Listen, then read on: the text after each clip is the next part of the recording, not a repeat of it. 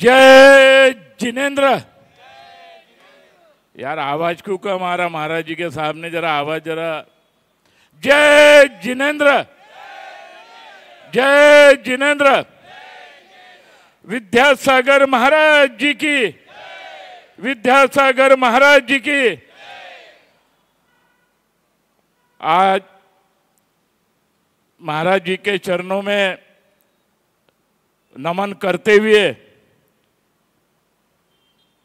बंबई की घटना को लेकर पूरे देश में सनातन धर्म में बहुत बड़ा आक्रोश है और जिन हरामखोरों ने मुंबई में अपना पवित्र स्थान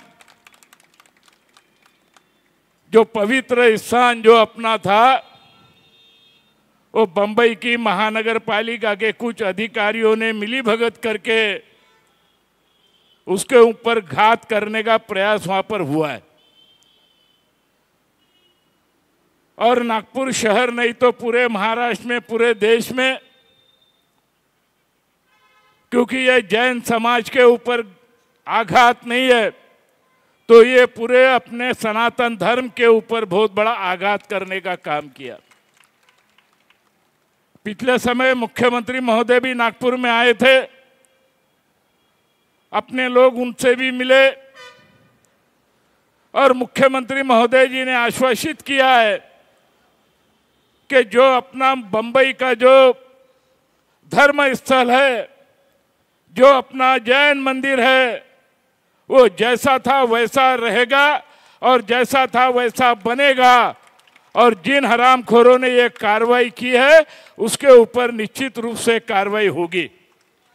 और इसलिए अपने नागपुर के ही मुख्यमंत्री है, अपने नागपुर के ही सुपुत्र है और इसलिए जिस तरीके से एक जो वातावरण निर्माण करने का काम हमारे मध्य नागपुर के आमदार प्रवीण जी दटके यहां पर आए, उनका ताली बजा के आप स्वागत करिए। और जिन लोगों ने ये जो कुर काम किया है उनको महाराज तो कभी माफ नहीं करेंगे, लेकिन इस प्रकार का एक दूषित वातावरण तैयार करने का काम किसी ने किया होगा तो ये जो बंबई महानगर पालिका का जो भी कोई अधिकारी होगा, जो उसने पाप वहां पर किया, उसको उसका भुगतान निश्चित रूप से करना पड़ेगा। आज देश की परिस्थिति विचित्र मोड़ के ऊपर जा रही। आज अपन सभी लोग देख रहे कि किस तरीके से देश का वातावरण बिगाड़ा जा रहा। कुछ दिन पहले अपने नागपुर में घटना घटी, जो नागपुर में जो घटना घटी उसी प्रकार की घटना परसों के दिन कश्मीर में भी घटी। नागपुर की घटना का हम सब ने निषेध किया। जो देशद्रोही थे उनको जितनी उनको कार्रवाई करना था उतनी कार्रवाई किया, लेकिन मेरे मन में आज भी, हमारे मन में खंत है कि ऐसे हरामखोरों को, देशद्रोहियों को, उनको जेल में तो डालना ही डालना था, लेकिन एक घर के ऊपर बुलडोजर चलाने से नहीं होगा। इन देश के जिन्होंने गद्दारी किया, जिन्होंने देशद्रोह का काम किया, इन सब के घरों के ऊपर बुलडोजर चलाने की आवश्यकता है। आज अपने नागपुर शहर में जो घटना हुई, आप सभी लोग जानते हो कि शाम टाकीज हो गया, भालदारपुरा हो गया, हंसापुरी हो गया। इन रोड के ऊपर अनेक गाड़ियां रहती है, लेकिन जिस दिन ये घटना घटी उस दिन एक ही समाज की सभी गाड़ियां हट गई थी, लेकिन अपनी गाड़ियां वहां पर थी। उन्होंने चुन चुन कर वो गाड़ियों को मारने का काम किया, चुन चुन कर अपने घरों को जलाने का काम किया। ऐसे देशद्रोहियों के ऊपर भी कार्रवाई होना था, लेकिन महाराष्ट्र सरकार के हमने मुख्यमंत्री जी को बोला, जो भी इसमें देशद्रोही होगा, वो कोई भी हो, उसको कड़ी से कड़ी सजा देने का काम और कड़ी से कड़ी कार्रवाई करने का काम, ये जवाबदारी हमारे ऊपर है। परसों जो घटना घटी, जम्मू कश्मीर के अंदर जो घटना घटी, आज देश के 2 करोड़ के ऊपर लोग, सनातन धर्म के लोग, ये जम्मू कश्मीर में पर्यटन के लिए, घूमने के लिए जाते हैं। रिकॉर्ड बना हुआ इस साल का कि 2 करोड़ के ऊपर लोग वहां पर गए। परंतु दुर्भाग्य है कि अपने कुछ लोगों को, अपने हिंदू धर्म के लोगों को उनका नाम लेकर उनको मारा गया। इससे बड़ी कोई दुर्घटना कभी हो नहीं सकती, इससे शर्मनाक घटना कोई हो नहीं सकती। क्योंकि पाकिस्तान में बैठकर उनका आर्मी चीफ बोलता है, सामने उनके प्राइम मिनिस्टर बैठे रहते हैं और उनके सामने वो बोलता है, हिंदू और मुस्लिम की बात करता है और वहाँ के लोग तालियां बजाते हैं। और 2 दिन के बाद जम्मू कश्मीर के अंदर जो घटना घटी है, अपना परिवार, अपने लोग जो घूमने जाते थे, शायद आपको मालूम नहीं होगा, ये जो पर्यटन के लिए लोग जाते हैं उनके भरोसे ही जम्मू कश्मीर के लोग खाना खाते हैं, उनके भरोसे ही लोग जम्मू कश्मीर के लोग खाना खाते हैं। और इसीलिए जो घटना घटी उनका तो देश ने तो विरोध किया, सभी ने विरोध किया, मोदी जी भी कार्रवाई कर रहे हैं। लेकिन मोदी जी को हमारा भी अनुरोध है, महाराज जी के मार्फत हमारा अनुरोध है कि पाकिस्तान के साथ अभी आर पार की लड़ाई होना चाहिए, आर पार की लड़ाई होना चाहिए। और इसीलिए अपने लोग जो भी गए होंगे, अगर अपने 10 लोग 26 लोग गए होंगे तो उनके भी 26 लाख लोगों को मारने की क्षमता इस भारत के रक्षा विभाग में है और भारत के हमारे लोगों के अंदर है। और इसलिए मोदी जी ने भी अभी कड़ी से कड़ी कार्रवाई करके उनको पाकिस्तान वापस भेजने का वीजा उनका रद्द किया। इससे काम चलेगा नहीं। जो यहाँ पर व्यापार करते पाकिस्तान में उनको भी भगाना चाहिए, उच्चायुक्त को भी यहाँ से भगाना चाहिए। और जल का जो उन्होंने बंद किया, इससे काम चलेगा नहीं, क्योंकि अपने सनातन धर्म के ऊपर प्राणघातक हमला किया, कुछ लोगों को उन्होंने मारा है। और इसीलिए मोदी जी अभी शायद 2-4 दिन के अंदर आपको दिखेगा ही, मोदी जी अभी स्ट्राइक की बात मत करो, अभी मोदी जी डायरेक्ट हमले की बात करो और पाकिस्तान को भारत के नक्शे से मिटाने का काम ये मोदी जी के माध्यम से ही होना चाहिए। और इसीलिए मैं आज आपके इस कार्यक्रम के माध्यम से, मैं और प्रवीण जी डट के हम दोनों जाके उस दिन भी मिले थे और जाके मुख्यमंत्री महोदय से मिलेंगे कि मुंबई की घटना ये शर्मनाक घटना है। अपने सनातन धर्म के ऊपर, अपने जैन मंदिर का प्रश्न नहीं, ये सनातन धर्म के ऊपर बहुत बड़ा घातक उन्होंने हमला किया, अपना मंदिर तोड़ा है। ये मंदिर जैसा था वैसा बने और जो भी उसमें दोषी होगा उसके ऊपर कार्रवाई करे, ऐसी मांग हम दोनों आमदार मिलकर करेंगे। यही मैं महाराज जी के चरणों में प्रार्थना करता हूँ। फिर से आप सभी को बधाई देता हूँ। धन्यवाद। आचार्य श्री मुनिसागर जी महाराज, उपस्थित सारे संत मंडली, जैन समाज के सारे ट्रस्टीगण, माता भगिनी दोस्तों, कृष्णा भाऊ ने, हमारे ज्येष्ठ नेता हैं, उन्होंने सभी बातें आपके सामने रखी है। मुंबई की घटना जो हुई है वो बहुत ही दर्दनाक घटना है। किसी मंदिर को तोड़ना और किसी को भी नोटिस न देते हुए तोड़ना, ये बहुत ही गलत घटना है। माननीय मुख्यमंत्री जी से उस दिन हम सब मिले, नागपुर में मिले, उन्होंने वही आश्वासन दिया है कि जिन अधिकारियों ने करतूत की उनको तो तुरंत सस्पेंड कर दिया गया है और वो ज़मीन पर अपना मंदिर, भव्य मंदिर बनाने का आश्वासन माननीय मुख्यमंत्री जी ने उसी दिन दिया था। इसलिए मैं मुख्यमंत्री जी से आप सबकी ओर से एक बार और विनती करता हूँ, प्रार्थना करता हूँ, आप सबकी मांग रखता हूँ कि वो मंदिर तुरंत बने, जिन्होंने गलत काम किया है उनको तुरंत शिक्षा हो और इसके बाद ऐसी घटना कभी महाराष्ट्र में नहीं घटेगी, इसकी चिंता शासन लेगा। माननीय कृष्णा भाऊ ने सारी घटनाएं हमारे सामने रखी है। हम जिस बस्तियों में रहते हैं, हमारा व्यवसाय करते हैं, सिर्फ व्यवसाय करना हमारा काम नहीं है। उस व्यवसाय के माध्यम से हमारा समाज, हमारी बस्ती, हमारा मोहल्ला, हमारा रास्ता, उस रास्ते पे घटने वाली बातें अभी कृष्णा भाऊ ने सब बताया आपको, इसलिए फिर मैंने बोलने की बात नहीं है। लेकिन अतिक्रमण होगा, रास्ते पे जाने आने वाली बातें होगी, रास्ते पे घटने वाली घटनाएं होगी, वो सभी दिन ब दिन बढ़ रही है। हमारी माता भगिनी जिस रास्तों से गुजरती है उनकी सुरक्षा होगी, इन सभी का ध्यान हमें रखना है। हम बहुत बड़े प्रमाण में व्यावसायिक है, लेकिन हमें हमारे समाज की रक्षा खुद को करनी है। और यदि ये रक्षा करनी होगी, जैसा आज पहलगाम में धर्म और जात पूछकर गोली मारी है, ये मैंने बोलना उचित नहीं है, लेकिन इसके बाद यदि हिंदू समाज, जैन समाज ने सोचा तो धर्म देखकर चीजें खरीदने की बात हम सब पर आ सकती है। हमें ये करना नहीं है, लेकिन ये करने पर यदि हमें लोग आमादा कर रहे होंगे तो ये करने की बात हमको लानी पड़ेगी, इस पर सोचना पड़ेगा, क्योंकि ये दिन ब दिन घटना घट रही है। 17 मार्च को जो हुआ वो भी ऐसा ही हुआ।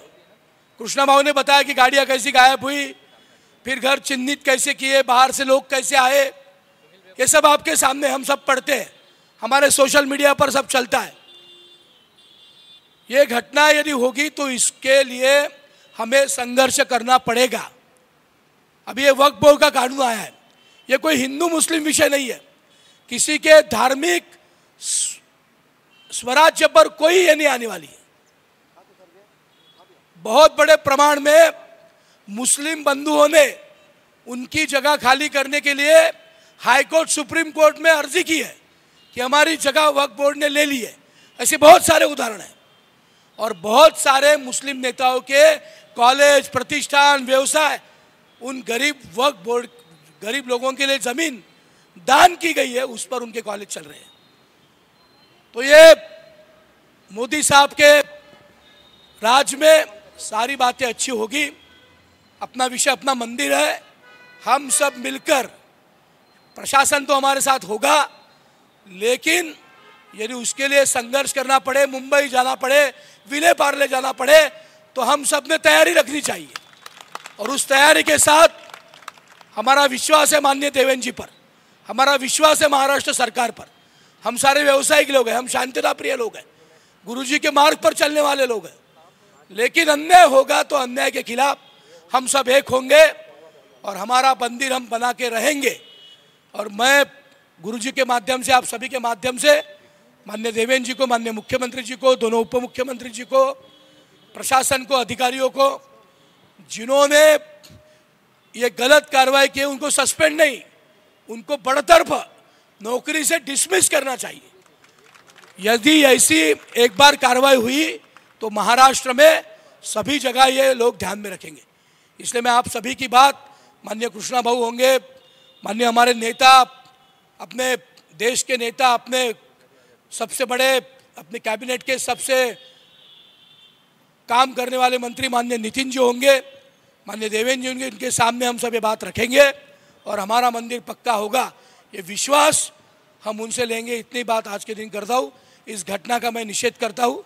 मुझे इस निषेध सभा में बुलाया, इसलिए मैं आप सभी का आभारी हूँ। गुरु जी के चरणों में नमन करता हूँ और अपना बात खत्म करता हूँ। धन्यवाद। भगवान महावीर जी को नमन करते हुए मंच पर परम पूजनीय वीर सागर जी महाराज जी को नमन करते हुए मंच पर सभी साधु संतों को नमन करते हुए यहाँ पर विराजमान सभी महानुभाव, हमारे मध्य नागपुर के लाडले विधायक आदरणीय प्रवीण जी, पूर्व नागपुर के लाडले विधायक आदरणीय कृष्णा जी, उपस्थित सभी सकल जैन समाज, कृष्णा भाऊ ने और आदरणीय प्रवीण जी ने, आदरणीय कृष्णा भाऊ ने यहाँ सारा विषय आपके सामने रखा है। पर एक जो कुछ घटनाएं हमारे जैन समाज के अध्यक्ष जी ने जब प्रस्तावना में कहा कि जो घटनाएं नागपुर में और भारतवर्ष में जैन समाज के साथ हो रहा है, यह घटना कई हमें दूसरी ओर इशारा कर रही है। शांत प्रिय जैन समाज अपनी बात मनवाने के लिए कभी भी हिंसा का सहारा नहीं लेता है और ऐसे समाज पे फिर वो कर्नाटक की घटना हो, कर्नाटक में भी हमारे जैन संतों पे हमले हुए, एमपी में भी हमारे जैन संतों पे हमले हुए, विविध प्रांतों में भी जैन संतों पे हमले हुए, और जो घटना मुंबई में हुई है, जो जैन समाज का पवित्र मंदिर तोड़ा गया, यह दुर्दैवी घटना महाराष्ट्र के पावन भूमि पे हुई है। मुझे आज भी याद है जब पहली बार हमारे महाराष्ट्र के लोकप्रिय मुख्यमंत्री हमारे देवेंद्र फडणवीस जी जब मुख्यमंत्री बने थे, तो जब अपने दालन में गए, अपने ऑफिस में गए, तो पीछे छत्रपति शिवाजी महाराज की एक बड़ी फोटो लगी थी। हम सभी जानते हैं कि मुख्यमंत्री जी के सभागृह में या उनके ऑफिस में राष्ट्रपति और देश के पंतप्रधान की फोटो होती है, पर बीच में छत्रपति शिवाजी महाराज की फोटो लगी थी। वो पत्रकार बंधु बैठे थे। सारे पत्रकार बंधुओं ने पूछा कि इसके पहले ये फोटो हमने कभी यहां तक नहीं देखी, इसके पहले भी इस महाराष्ट्र के मुख्यमंत्री हुए, पर क्या ये फोटो क्या दर्शाती है? तो उस समय इस महाराष्ट्र के मुख्यमंत्री देवेंद्र जी ने कहा था कि छत्रपति शिवाजी महाराज का महाराष्ट्र है और यह स्वराज्य उनके ही कार्य पे चलेगा।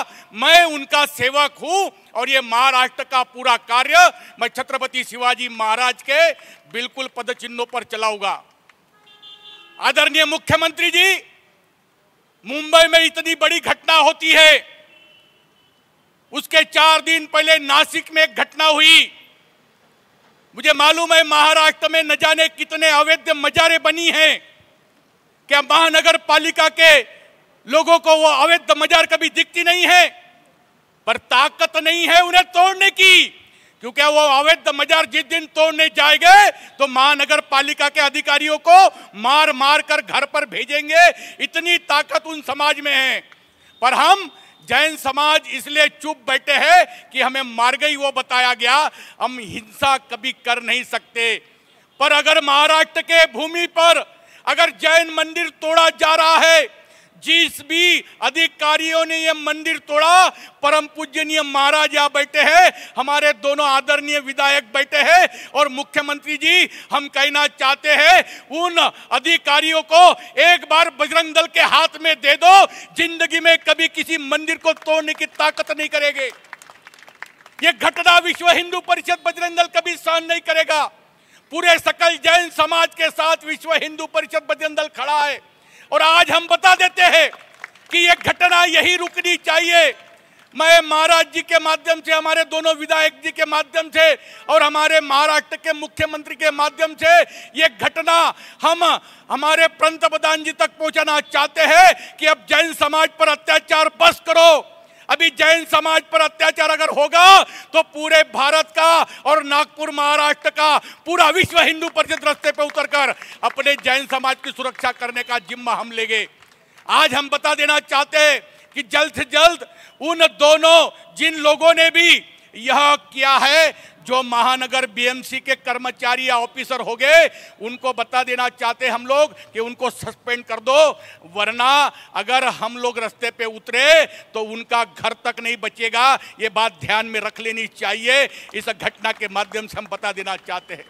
आज जो घटनाएं भारतवर्ष में हो रही है, हमारे आदरणीय विधायक जी ने बताया कि यह घटना कहीं ना कहीं देश में हिंसा करने का उनका कार्यक्रम दिख रहा है, क्योंकि 9 दिन पहले ही हमारे देश के पंतप्रधान जी ने एक बड़ा कार्यक्रम जैन समाज के लिए किया था। आज हम देख रहे हैं कि जिस प्रकार से बौद्ध समाज को हमारे से अलग किया जा रहा है, जय भीम जय नीम के नारे लगा लगा कर आज बौद्ध समाज को हमारे से अलग कर दिया गया, उसी प्रकार सिख समाज को भी हमारे से अलग किया गया। अरे आश्चर्य की बात है, 10 गुरु गोविंद सिंह से लेकर गुरु नानक जी तक 10 गुरुओं ने जिन इस्लाम के विरुद्ध में अपना पूरा प्राण, अपना पूरा परिवार खपा दिया, उन 13 सांसदों ने वक्फ बोर्ड के विरोध में उनमें वोट डालने के बजाय उनके सपोर्ट में वोट डालकर आए। इससे बड़ा दुर्भाग्य एक पंजाब का नहीं हो सकता। उस पंजाब में सिख समाज भी आज हमारे से अलग थलग गिरता जा रहा है और तीसरा हमारे जैन समाज पर यह आघात कर कर वो हमारे से हमको अलग करने का प्रयत्न कर रहे। पर ये नाकाम कोशिश कभी पूरी नहीं होगी जब तक सकल हिंदू समाज जब तक जैन समाज के साथ में है। हमें जैन समाज से कोई अलग हमको कर नहीं सकता। इतना मैं आज यहाँ बता देना चाहता हूँ। पर ये घटनाएं रुकनी चाहिए।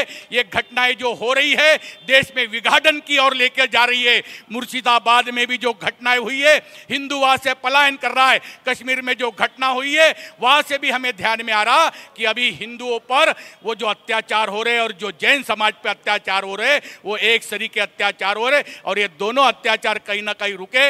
यही भावना यहाँ प्रकट करने आया हूँ और मंदिर वही बनेगा। यह आश्वासन तो मैं नहीं दे सकता, इतना बड़ा तो नहीं हूँ, पर मुझे मालूम है कि जैसे आदरणीय प्रवीण जी, आदरणीय कृष्णा भाऊ ने यहाँ जो भावना व्यक्त की है, मुझे विश्वास है कि ये हमारे दो शेर है, बब्बर शेर है। ये जब दहाड़ते हैं ना तो पूरा महाराष्ट्र हिलता है, और मुझे विश्वास है कि इनकी दहाड़ से आज हमारे मुख्यमंत्री जी ने जो इन्हें बोला है तो आज जैन मंदिर बनेगा। और उस जैन मंदिर के लिए जो कुछ भी बजरंग दल विश्व हिंदू परिषद से लगेगा, जो कुछ भी करना पड़े, आखिरी दम तक, लाठी गोली खाने तक भी समय आया तो विश्व हिंदू परिषद बजरंग दल आपके साथ में खड़ा है, और जैन मंदिर बनाकर ही हम दम लेंगे। हमें हमारा मंदिर वही बनना चाहिए और मंदिर वही बनेगा। और इसके बाद ये सारे अत्याचार कहीं ना कहीं रुके। ये जैन समाज शांति प्रिय समाज, इसे रास्ते पे उतारने के लिए आप बिल्कुल ये मत करिए। अगर ये रास्ते पे उतरा तो पूरे भारत का माहौल कैसे बिगड़ सकता है, यही प्रयत्न पूरे भारत में चालू है, पर यह होने नहीं देंगे जब तक हम लोग सब साथ में हैं। इसीलिए अपने वाणी को विराम देते हुए, एक बार भारत माता की जय करते हुए मैं अपने वाणी को विराम दूंगा। बोलो भारत माता की। दोनों हाथ खड़े कर कर दोनों मुट्ठियां बांधिए। हमें मालूम है कि हमारी आवाज यहाँ के आजू बाजू के जितने भी जो है ना जिहादी, जो ये करने का प्रयत्न करते हैं, जितने भी वो महानगर पालिका के कर्मचारी बार बार हमें तकलीफ देते हैं, उन तक पहुंचनी चाहिए। पंजे मत दिखाओ, इसी ने देश का सत्यानाश किया है, इसीलिए मुट्ठी बांधिए। बोलो भारत माता की, बोलो भारत माता की। पुनश्च गुरुदेव के चरणों में वंदन। जय श्री राम। बहुत बढ़िया। और इसी जोश के साथ में जय बोलो भगवान महावीर स्वामी की, आचार्य भगवान विद्यासागर जी गुरुदेव की, जैन धर्म की, जैन एकता की। संपूर्ण हिंदू समाज के साथ में यह संपूर्ण सनातन जैन धर्म, सनातन धर्म जैन समाज के साथ में रहे, यही भावना भाता हूं। और इस निषेध रैली में जिन्होंने अपना महत्वपूर्ण योगदान दिया, जिन्होंने गुरुदेव के साथ में जाके संपूर्ण जैन समाज के सामने यह बातें रखी और विविध स्थानों पर जाकर इस रैली को अच्छी तरीके से संयोजन करने के दृष्टि से मेहनत की, ऐसी डॉक्टर ऋचा जी जैन, मैं इनको आमंत्रित करता हूं कि वो इस धर्म सभा को संबोधित करें। तालियां बजाकर आप इनका स्वागत करें।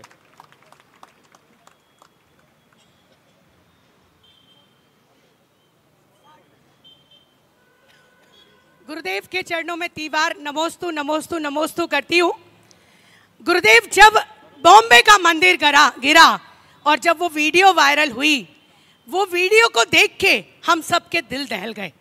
क्योंकि दिल इसलिए दहला, यदि हमारे घर में कुछ हो जाता तो हमको इतना फर्क नहीं पड़ता, पर त्रिलोकीनाथ के ऊपर बुलडोजर चल गया।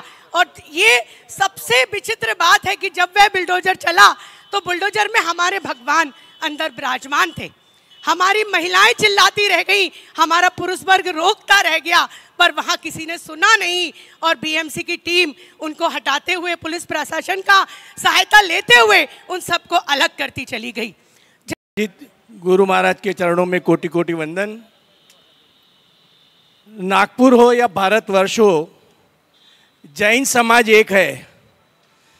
बंबई की रैली में जब इस दुर्घटना के विरोध में निकाली गई, उसमें श्वेतांबर साधु ज़्यादा से ज़्यादा संख्या में हाजिर थे। वो ये बताते हैं कि जैन समाज, जैन धर्म जैनों का है, नहीं श्वेतांबर का है, नहीं दिगंबर का है, संपूर्ण जैन समाज सबका है। इसी बात के कारण आज नागपुर में भी सभी समस्त जैन समाज एकत्र है। जैन अहिंसक है लेकिन कायर नहीं है। जरूर पड़ी तो लाश के ढेर बिछ जाएंगे हमारे परमात्मा के लिए, हमारे गुरुओं के लिए। हम कभी भी, चाहे बंबई हो चाहे भारतवर्ष में कहीं पर भी जरूरत पड़ी तो सकल जैन समाज, श्वेतांबर समाज, दिगंबर समाज साथ में है और सबसे पहले आगे रहेंगे, ऐसा आश्वासन मैं हमारे जैन श्वेतांबर समाज की तरफ से देता हूँ। मुनिवर को फिर से प्रणाम करता हूँ। कोटि कोटि वंदन।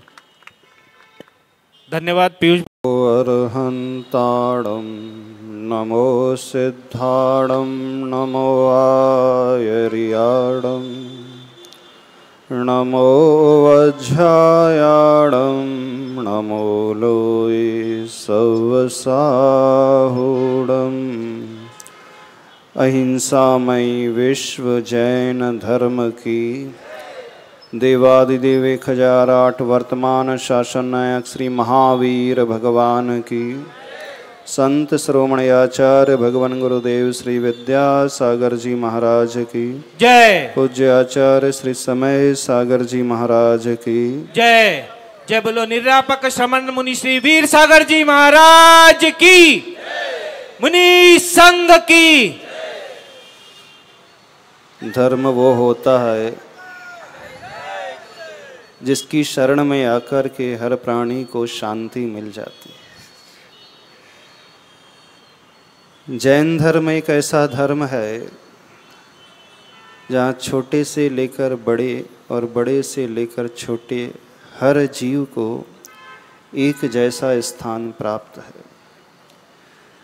जिस मंत्र का उच्चारण अभी हमने किया, 9 अप्रैल को विश्व नवकार दिवस घोषित किया था माननीय प्रधानमंत्री जी ने दिल्ली से, और इसी मंत्र का उच्चारण किया था।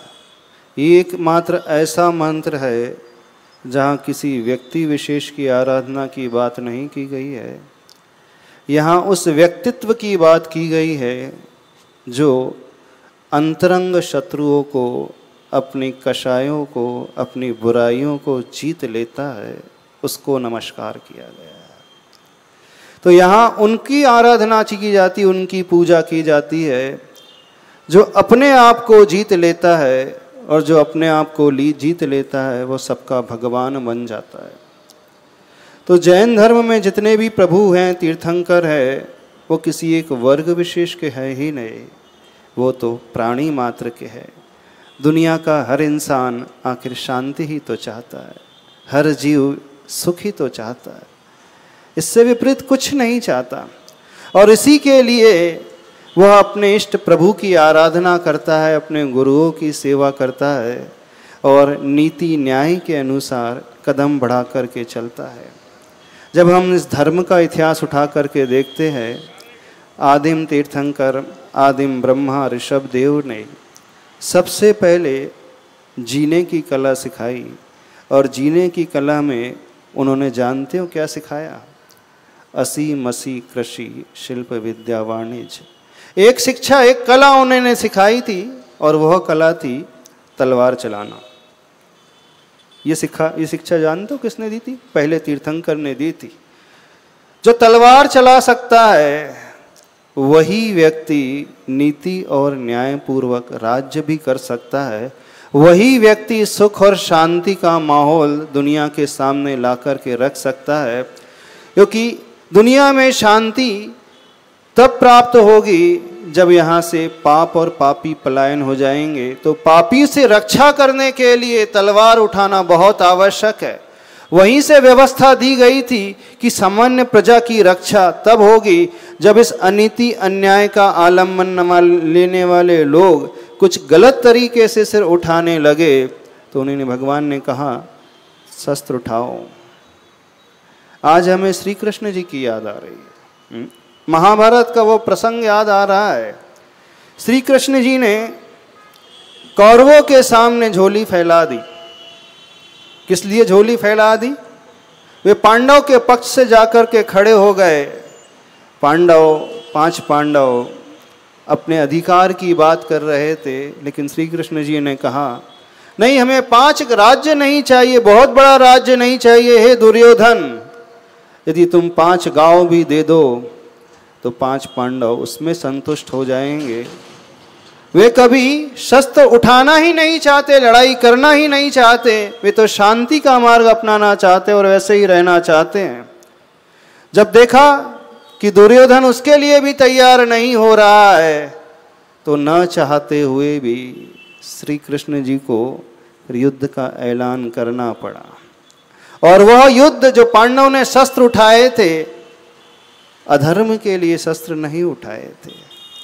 और एक विशेष बात श्री कृष्ण जी की थी, उन्होंने संकल्प ले लिया, मैं किसी प्रकार का शस्त्र नहीं उठाऊंगा, मेरी सेना कहीं नहीं रहेगी, जहां मैं रहूंगा मेरी सेना वहां नहीं रहेगी, मैं तो एक तरफ रहूंगा और वो है धर्म की तरफ रहूंगा, न्याय की तरफ रहूंगा, और किसी प्रकार का शस्त्र नहीं उठाऊंगा, बिना शस्त्र उठाए सिर्फ नीति पूर्वक चलूंगा।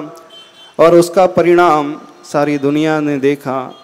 कौरवों की सेना अक्षौणी प्रमाण थी, पांडवों की सेना बहुत छोटी थी, लेकिन जहाँ सत्य होता है, जहाँ धर्म होता है, जहाँ नारायण होते हैं, वहाँ पर विजय अवश्यंभावी होती है, उसे कोई रोक नहीं सकता। ठीक ऐसे ही कहना चाह रहे हैं। हो सकता है अहिंसक समाज बहुत छोटी हो, दुनिया की दृष्टि में, लोगों की दृष्टि में आता है जैन समाज तो बहुत छोटे संख्या में है, वे क्या करेंगे। देखो, याद रखो, जैन समाज उन पांडवों को रिप्रेजेंट करने वाले हैं, उन श्री कृष्ण जी को रिप्रेजेंट करने वाले हैं। वे तो बहुत छोटे में संतुष्ट हो जाएंगे, वहाँ तक सीमित होने को तैयार है। लेकिन जब पानी सिर से ऊपर उठने लगेगा, तो जहाँ धर्म होता है, जहाँ नारायण होते हैं, जहाँ प्रभु होते हैं, विजय उन्हीं की होती है। हो सकता है सामने संख्या बल बहुत बड़ा दिख रहा हो अन्याय का, हो सकता है संख्या बल में अनीति बहुत हावी होते नजर आ रही है, हिंसक और क्रूरता का बोलबाला वर्तमान में नजर आ रहा है, लेकिन वो अधिक समय तक नहीं चल सकता। तो आज सबसे कहना है, जो घटना घट रही है वर्तमान में अहिंसक समाज को लेकर के, और सरेआम उस मंदिर को ढाया जा रहा है। एक बहुत अच्छे वक्ता ने एक बहुत बड़ी बात की थी, एक मंदिर के निर्माण में लोग न जाने कितने वर्षों, सैकड़ों वर्षों तक इंतजार करते हैं। जब रामचंद्र जी के मंदिर के निर्माण की बात आई अयोध्या में, तो सारा भारत ही नहीं, सारा विश्व एक हो गया। न जाने कितने लोगों ने बलिदान दिया होगा, न जाने कितने लोगों ने दान दिया होगा, तब कहीं जा कर के वो रामचंद्र जी का मंदिर बन कर के तैयार हुआ है। बात मंदिर की नहीं है, बात आस्था की है, बात श्रद्धा की है, बात जो है संवेदनाओं की है, बात जो है भावनाओं की है। और जहाँ भावनाओं को चोट पहुँचाया जाता है, तो सब कुछ हिल जाता है। तो इस प्रकार से हम कहना चाहते हैं, बात एक छोटे से मंदिर की है ही नहीं। वहाँ पर विले पार्ले का जो मंदिर ढाया गया, बात उसकी है ही नहीं कि 700-800 स्क्वायर फीट का मंदिर ढह गया। बात इसकी भी नहीं है कि वहाँ पे कुछ इलीगल था, बात तो आस्था को चोट पहुँचाने की थी। और जब आस्था पर चोट लगती है, तो सब कुछ हिल जाता है। तो सबसे कहना है, मूल रूप से शासन और प्रशासन से कहना है, दुनिया की आस्था से खिलवाड़ बिल्कुल नहीं होना चाहिए। अभी परसों जो घटना पहलगाम में घटी, वो भी आस्था से खिलवाड़ करने वाली घटना घटी। वहाँ पर भी धर्म पूछ करके, जाति पूछ करके लोगों की हत्या की गई, वह भी एकदम गलत, वह भी गलत। अरे मानो सबका शरीर एक जैसा होता है, सबका खून एक जैसा होता है, हड्डी एक जैसी होती है, मांस एक जैसा होता है, सबकी चेतना एक जैसी होती है, सबको वही भूख लगती है, सबकी करुणा एक जैसी होती है। जब हम शरीर को देखते हैं, मनुष्य जाति को देखते हैं, मनुष्य जाति में तो कोई भेदभाव होता ही नहीं है। सबकी माँ है, सबके बच्चे हैं, सबका परिवार है, सबकी अपनी आस्था है, सबका अपना धर्म है।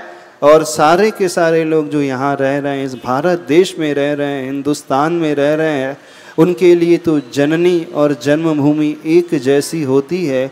जननी जन्मभूमिश्च स्वर्गादपि गरीयसी, माँ और मातृभूमि और जहाँ मातृभूमि होती है उसी मातृभूमि में रहने वाले वे आस्था के केंद्र होते हैं। तो जैसी जननी महान होती है, मातृभूमि महान होती है, उनसे भी महान होते हैं तो हमारे प्रभु महान होते हैं। अरे उन्हीं प्रभु की वरदानी छाँव में हम सब जी रहे हैं, बड़े अच्छे से जीवन यापन कर रहे हैं, सुख शांति पूर्वक अपनी आराधना करते हुए रह रहे हैं। और यदि इसे को चोट लगेगी तो क्या हाल होगा। कृष्णा बाबू खोपड़े ने बड़ी अच्छी बात रखी कि उनकी बात मुख्यमंत्री से हुई और मुख्यमंत्री जी ने शायद आश्वासन भी दिया है कि इस विले पार्ले में मंदिर बनेगा और बहुत शीघ्र बनेगा और उससे भी भव्य मंदिर बनेगा। ऐसा ही हम समझें कृष्णा बाबू जी, मान लेना ऐसा ही।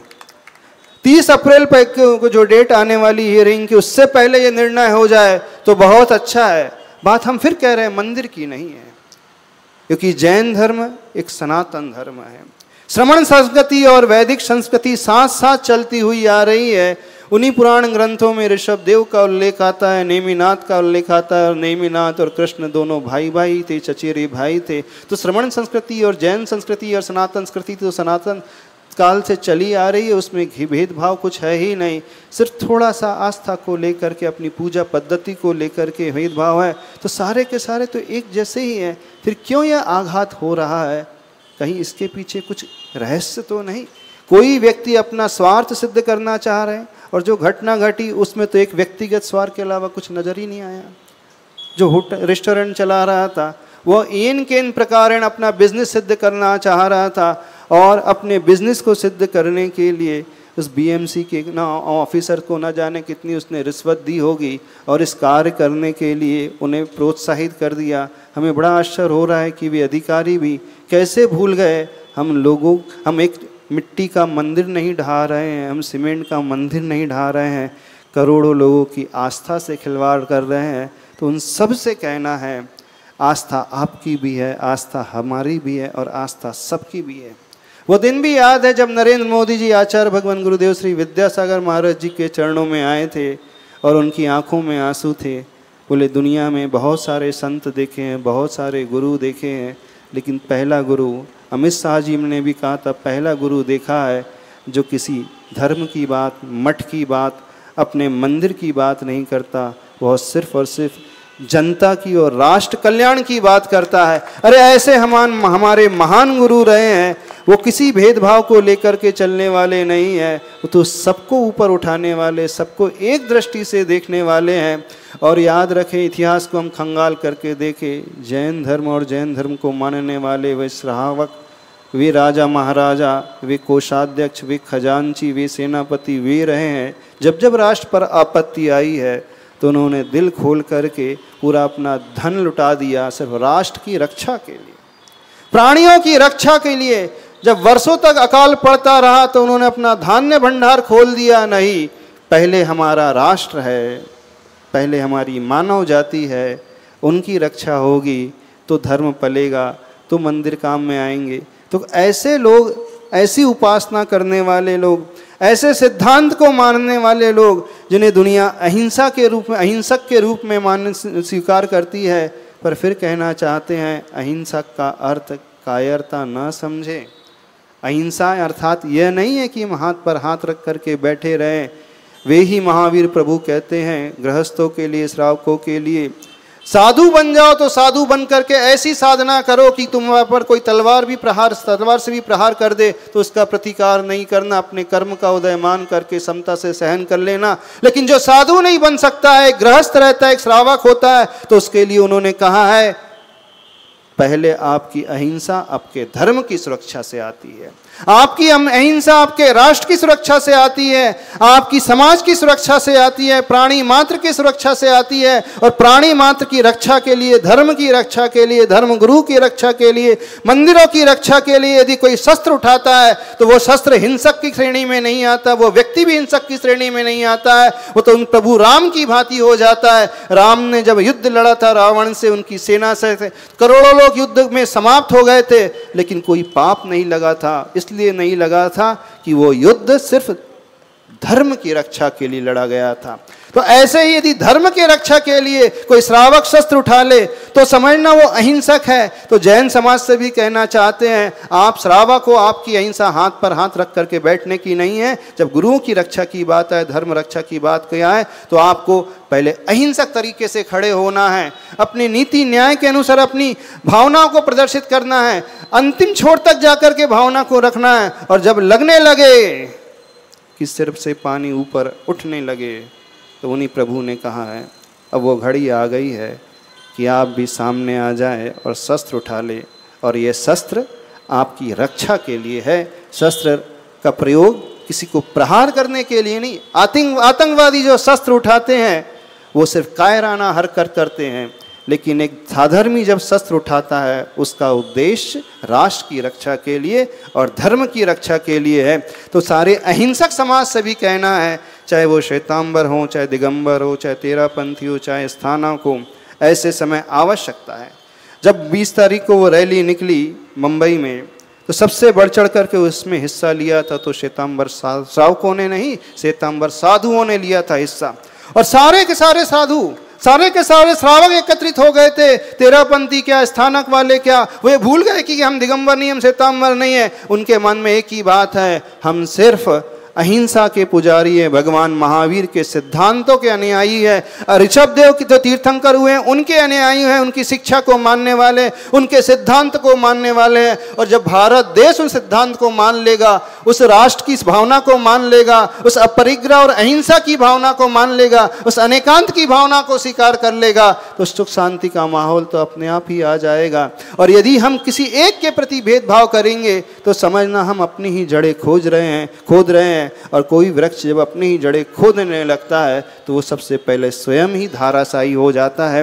तो हमारा कहना है शासन तंत्र में बैठे हुए उन नेताओं से, प्रशासन में बैठे उन अधिकारियों से कि इस बात का संज्ञान ले, आपके आने से बहुत कुछ अच्छा चल रहा है, धर्म की प्रगति हो रही है, शांति का माहौल हो रहा है, जो भी छोटा मोटा हो रहा है उस ओर ध्यान दे और एक आश्वासन ही नहीं दे, बिल्कुल आगे बढ़ करके कहें कि जो कार्य हुआ सरासर गलत हुआ है। हम निंदा ही नहीं करते हैं, हम उसका पश्चाताप इस रूप में करेंगे कि स्वयं सरकारी खर्चे पर बीएमसी वो मंदिर बना करके दे, तब तो मानना कि हमारी गलती का रियलाइजेशन हमें हो रहा है। भीख नहीं मांग रही जैन समाज चाहे तो एक व्यक्ति पूरा मंदिर खड़ा कर सकता है, लेकिन बात यहाँ अन्याय और अनिति की है। जो गलती बीएमसी ने की है उन्हें महसूस होना चाहिए हमने गलती की है, तो स्वयं आगे बढ़ करके पूरा मंदिर बना करके समर्पित करे और क्षमा याचना भी करे कि नहीं, हमसे बहुत बड़ी गलती हुई है।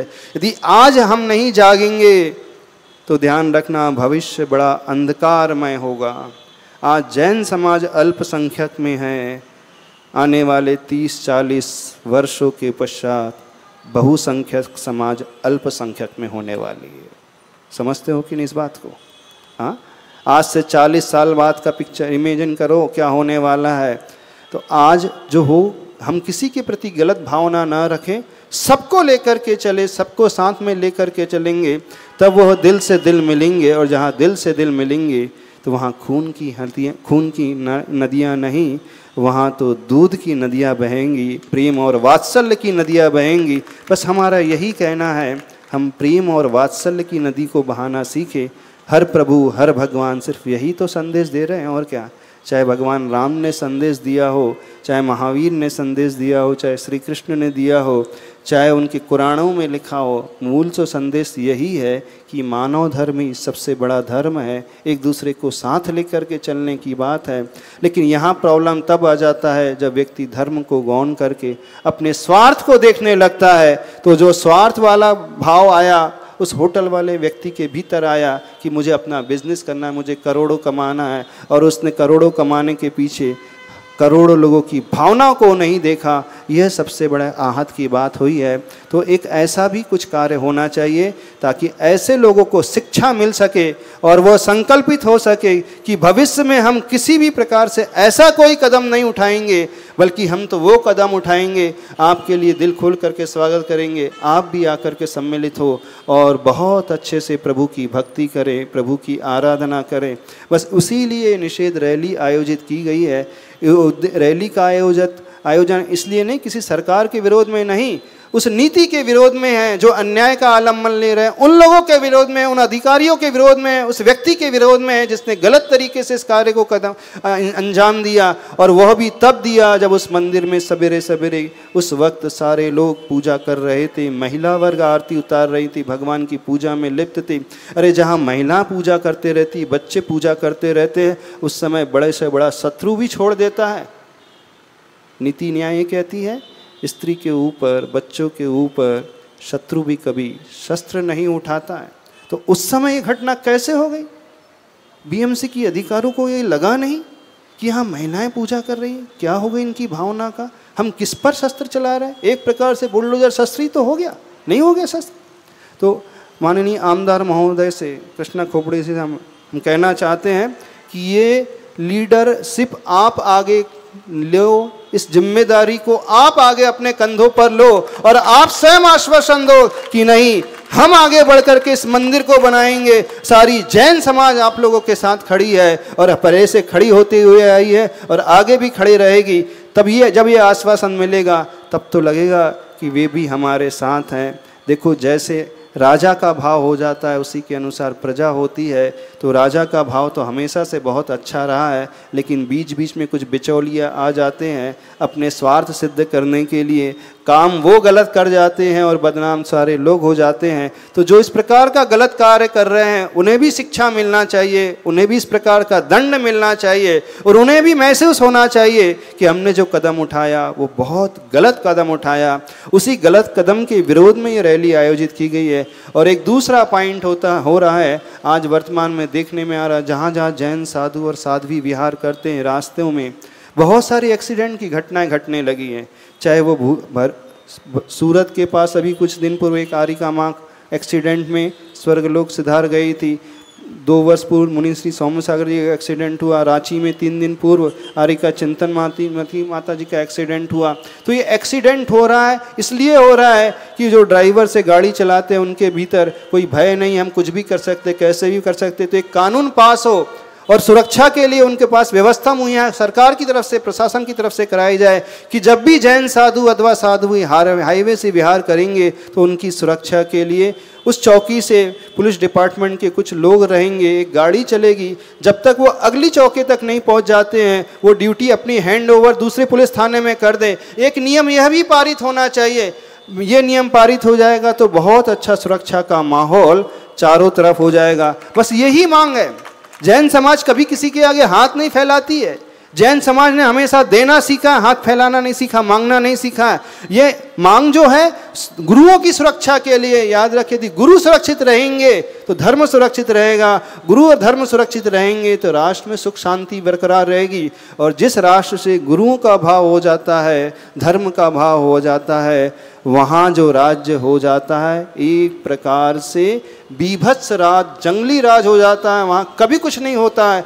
इस प्रकार से आप सभी लोगों से कहना है इस बात का संज्ञान लें, मंदिरों की सुरक्षा का संज्ञान लें, गुरुओं की सुरक्षा का संज्ञान लें। और ये जिम्मेदारी शासन की ही और प्रशासन की ही मानी जाती है। स्वयं आगे बढ़ कर के कार्य करना चाहिए। इसके लिए तो मांगने की भी बात नहीं, स्वयं रियलाइजेशन होना चाहिए कि कहीं ना कहीं बहुत बड़ी चूक हो रही है और उस चूक को हम दूर कर सके। बस इसी भावना को लेकर के ये रैली मात्र नागपुर में ही नहीं है, पूरे भारतवर्ष में हर जगह, हर शहरों में रैली का आगाज हुआ है ताकि लोगों तक और ऊपर बैठे हुए नेताओं तक ये बात पहुँचे। और ये बात पहुँचेगी तो बहुत अच्छा रहेगा, चारों तरफ बहुत अच्छा माहौल रहेगा। अभी इतना ही कहना पर्याप्त समझते हैं। बोलिए देवादिदेव 1008 श्री महावीर भगवान की जय। संत श्रोमणी आचार्य भगवान गुरुदेव श्री विद्यासागर जी महाराज की जय।